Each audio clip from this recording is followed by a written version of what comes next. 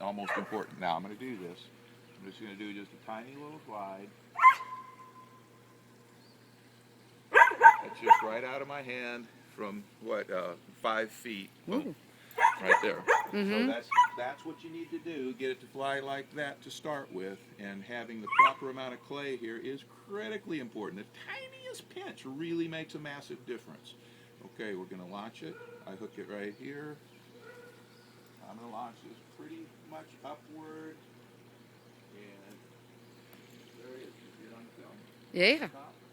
So now you get the elegant slow glide from high altitude, and that's the goal. Now the air out here is there's a little air, and that causes it to start to stall through that porpoise in a gymnasium. It won't have the air start that oscillation. The oscillations are telling you that it's right at the edge of the stall. Right there, there's no stall, and turns around. You want it to fly in a circle, a left-hand circle, because that's where you won't hit the wall.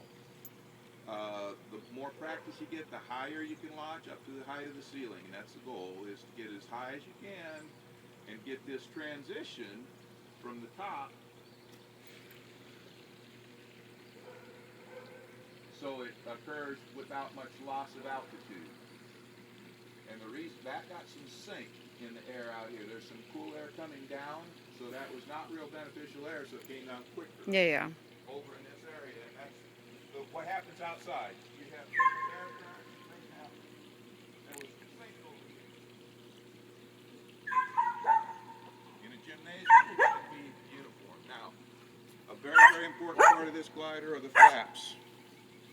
These flaps are curled downward a little bit. And you see right here, they're just a little bit above the fuselage when it's right. So this causes the wing to have what's called a positive angle of incidence, higher at the front than it is in the back, to fly at low speed.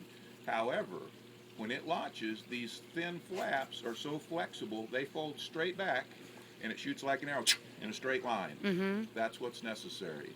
So this is called a flapper design, where it's got flaps that fold up, quiet Cassie, that fold up and go flat when it takes off at high speed. As soon as it gets slow speed, they curl down to this lowered position, flaps down, and it flies elegantly at slow speed. So it's a combination of the quick hard launch and then the beautiful slow speed at the end that's going to make a winner. And that's what you're after. Very, very thin. It's very important this surface here has to be flat. This is called 0-degree angle of incidence. When it's even with the bottom edge of the fuselage, we're calling that the datum line. This needs to be completely flat to that, and then the wing with the flap up is at 0 as well. That's why it doesn't lift on a straight launch. If it stayed curled down like this high lift configuration, it would want to go up and do a loop, and that's the worst thing you can do. You don't want it to do a loop. You want it to shoot straight at the beginning and then slow down and then go into this low speed flight back down. Lots in the instructions, but basically this wingtip is at 0, bottom fuselage 0, 0. This is all parallel to one another. Where it changes is as it comes inward on the flap, it gets lower, lower, lower to have a drooped flap. This causes what's called washout in the wing, because it's a steeper angle here, lesser angle here, and it makes it very dependable. It makes it want to turn right and fly level, and that's what you need with a free flight airplane. Very thin rubber band to make it so it launches moderately slowly. I mean, it's quick, but a fat rubber band would break the airplane, just tear it apart. So it's a long, stretchy rubber band. Now this is probably longer than you need. It can be up to 9 inches long. Some people like a 7-inch loop, and it depends on the height of the ceiling. And there's actually 2 sizes of rubber in the kit, thinner and thicker.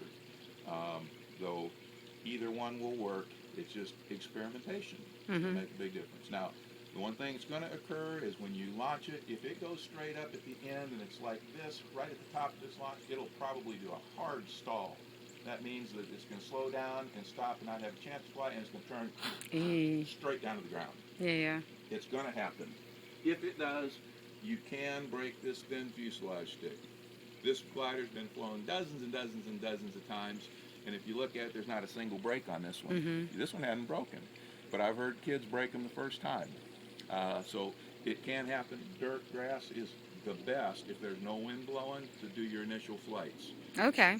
The stall off the top occurs when it transitions from high speed to now it goes to slow speed. If it's sitting like this, it's going to stall hard and come down. What you want to do is kind of drop to one side. And watch this on video. I'm going to go up just a little at one side. See how that just kind of turned itself level and starts flying again? It's going to take care of itself as long as it can. However, if it goes straight like this, boom, straight back down, and it's going to happen high in the air like that. Bad. Okay, but if it does this, if it's sideways up in the air, it's like magic. It will right itself, it'll flick out of it, and it'll make it work. So you got to have it at the top of the apex, a little sideways in the air. Okay. One other thing that can happen, and it's very important, it has to have rudder turned, and it tells you in the instructions to make sure the front edge is over to this side of the fuselage, and the back edge is over to this side, so it makes it at an angle. Okay. It's a subtle angle, but it's incredibly important because that's going to make it turn left, and that's what you want. It also helps it transition at the top. If you do it too much, what happens? It can go up, and if it's sideways, the rudder can make it turn like this and keep coming down and do what's called a spiral dive. Have this wing come low and just curl down and kind of crash. That's not good. So if it goes up and starts curling down like this and flying down, you have to fix your rudder. Yeah. On the other hand, it might just be the angle that you launched it. If instead of being so far this way, if it was a little more upright, all of a sudden it'll right itself and it'll correct up here. So if it flies really good slow, then you just need to figure out what angle works the best when I launch it. Is it this angle? Is it this angle? Is it this angle? So 5 degrees difference here can make a big difference on what happens at the top. This is a little flatter. You can go about 45 degrees, or actually when you get really good, you can even get higher than this if you have real high ceilings to go to. So it's experimental on what you can get it to transition out on the top. And sometimes it's like magic. And once you figure out what angle I've launched it at, do it again, it's going to do the same thing again. So it's very important to practice the launch. Thank you so much. This is great.